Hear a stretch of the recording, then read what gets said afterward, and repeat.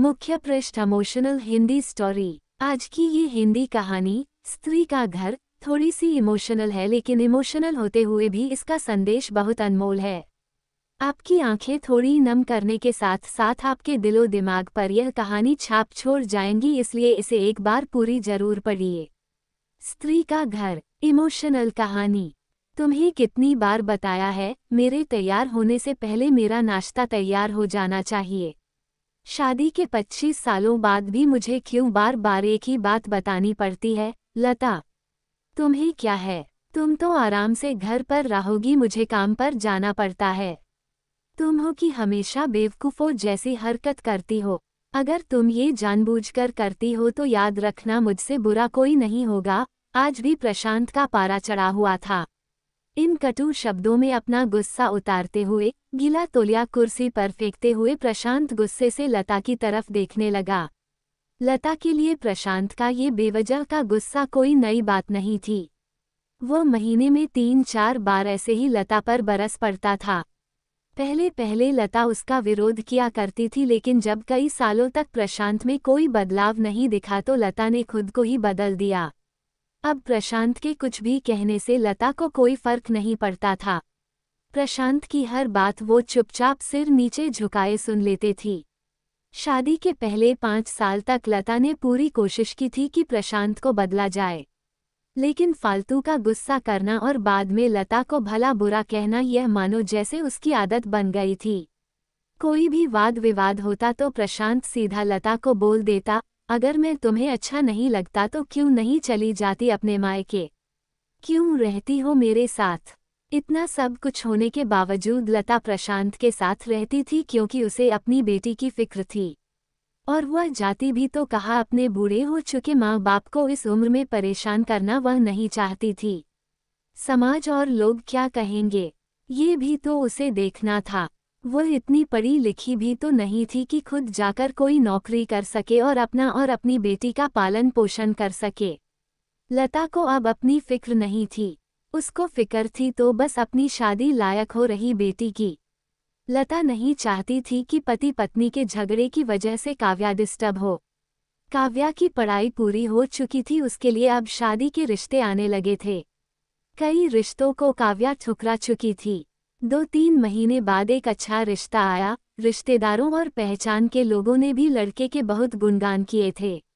प्रशांत एक शाम अपनी बेटी के पास बैठकर उसे बताने लगा, काव्या, बहुत अच्छा लड़का है, पढ़ा लिखा है, बड़ा घर है, बहुत अच्छी नौकरी है। ऐसे रिश्ते बार बार नहीं आते बेटा, इस बार मना मत करना। काव्या अपने पिता से ज्यादा बात नहीं करती थी। शायद डरती थी या शायद नफरत करती थी, लेकिन आज वो अपनी पूरी हिम्मत इकट्ठा कर बोली, मुझे अभी शादी नहीं करना है पापा। मैं नौकरी करना चाहती हूँ, खुद अपने पैरों पर खड़ी होना चाहती हूँ। हाँ, तो उसमें क्या बड़ी बात है? मैंने लड़के से बात की है, वो तुम्हें किसी बात के लिए नहीं रोकेगा। तुम शादी के बाद भी नौकरी कर सकती हो, वो तुम्हें नौकरी के लिए परमिशन दे देगा। प्रशांत बोला, मेरा नौकरी करना या ना करना उसकी परमिशन पर क्यों डिपेंड रहेगा पापा? काव्या ने पूछा, मैं कह रहा हूँ ना, तुम्हें किसी भी चीज की कमी नहीं होगी वहाँ। ऐसे रिश्ते बार बार नहीं आते, इसे ठुकरा मत, बहुत खुश रहोगी तुम वहाँ। प्रशांत बोला, पापा, क्या मैं उतनी ही खुश रहूंगी जितनी मम्मी इस घर में खुश है? काव्या ने तंज कसते हुए कहा, आज तुम्हारी जबान कुछ ज्यादा नहीं चल रही। प्रशांत गुस्से से आंखें बड़ी करते हुए बोला, पापा, मुझे शादी ही नहीं करनी है, क्योंकि शादी के बाद अगर वह लड़का आपके जैसा निकला तो मैं क्या करूंगी? मुझे आपके जैसा जीवन साथी नहीं चाहिए जो बिना बात के मुझ पर हमेशा चिल्लाए। मुझे कुछ भी अपनी पसंद का लेना हो तो 10 बार सोचना पड़े, कहीं वह नाराज ना हो जाए। मेरी तबीयत कैसी भी हो उसे परवाह ना हो, रोटी थोड़ी सी मोटी बन जाए तो घर सर पर उठा ले। उसकी चेकबुक ना मिले तो भी मेरा ही दोष निकालें, और हर छोटी मोटी बात पर मुझे मायके जाने के लिए कहे। काव्या ने अपना दिल खाली करते हुए पापा से सब कह दिया। प्रशांत का गुस्सा 7वें आसमान पर था, लेकिन उसके मुंह से एक भी शब्द नहीं फूट रहा था। वो काव्या की बातें सुन रहा था। काव्या उतना ही बोलकर चुप नहीं हुई। आज पहली बार वह अपने पापा के सामने इतना कुछ बोल रही थी। पापा, आपने माँ के साथ हमेशा गलत व्यवहार किया है। आप अपने ऑफिस का गुस्सा बिना सोचे समझे माँ पर उतार देते हैं, कभी इस बात की परवाह भी नहीं करते कि उन्हें कैसा लगता होगा। आपकी बातें सुन सुन माँ ने अपना स्वाभिमान खो दिया।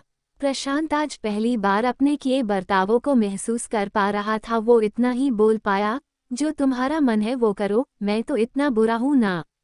काव्या ने प्रशांत का हाथ पकड़ा और बोली, पापा मुझे सिर्फ एक सवाल का जवाब दे दो, क्या आप चाहेंगे कि मेरा पति आपके जैसा हो? अगर आपका जवाब हाँ है तो कर दीजिए मेरा रिश्ता आज ही, और ना है तो मुझे आत्मनिर्भर बनने दीजिए। प्रशांत कुछ भी ना बोल पाया और वहां से चुपचाप बाहर चला गया। आज उसे लता के सामने जाने में शर्म आ रही थी। चलते चलते उसकी आंखों से आंसू बह रहे थे। प्रशांत ने आज से अपने आप को बदलने का निश्चय किया। अगले दिन से लता ने अपने पति में काफी बदलाव देखा। वह सोचने लगी कि जो हिम्मत काव्या ने दिखाई है वो हिम्मत अगर मैं पहले ही दिखा देती तो शायद आज परिस्थिति कुछ और होती। अब काव्या पढ़ लिख कर अच्छी नौकरी करने लगी थी और 3 साल बाद उसके लिए एक अच्छा रिश्ता आया और उसकी विदाई पर प्रशांत बोला, बेटा तू हमेशा खुश रहेगी क्योंकि तेरा पति तेरे बाप जैसा नहीं है। प्रशांत की यह बात सुनकर लता और काव्या की आंखों से आंसू बहने लगे। दोस्तों, हमारे समाज में औरतों को भले ही देवी का दर्जा दिया जाता है, लेकिन वो स्वतंत्रता नहीं दी जाती जो उन्हें देनी चाहिए। उन्हें बचपन से ही बताया जाता है कि वो पराया धन है। स्कूल से आने में देर हो जाए तो पिटाई मिलती है। मोबाइल पर बातें करते हुए दिख जाए या खिड़की से झांकते हुए दिख जाए तो शक किया जाता है। माँ बाप का घर तुम्हारा नहीं है, पति का घर ही तुम्हारा घर है। जीवन भर यह बातें बता बताकर उन्हें ससुराल भेज दिया जाता है, और एक दिन किसी छोटे मोटे झगड़े में ससुराल वालों से उन्हें सुनना पड़ता है कि इस घर को छोड़ दो और मायके चली जाओ। अब आप ही बताओ दोस्तों, ऐसी स्त्रियों का सच्चा घर कौन सा? आखिरकार वह किस घर को अपना कहें?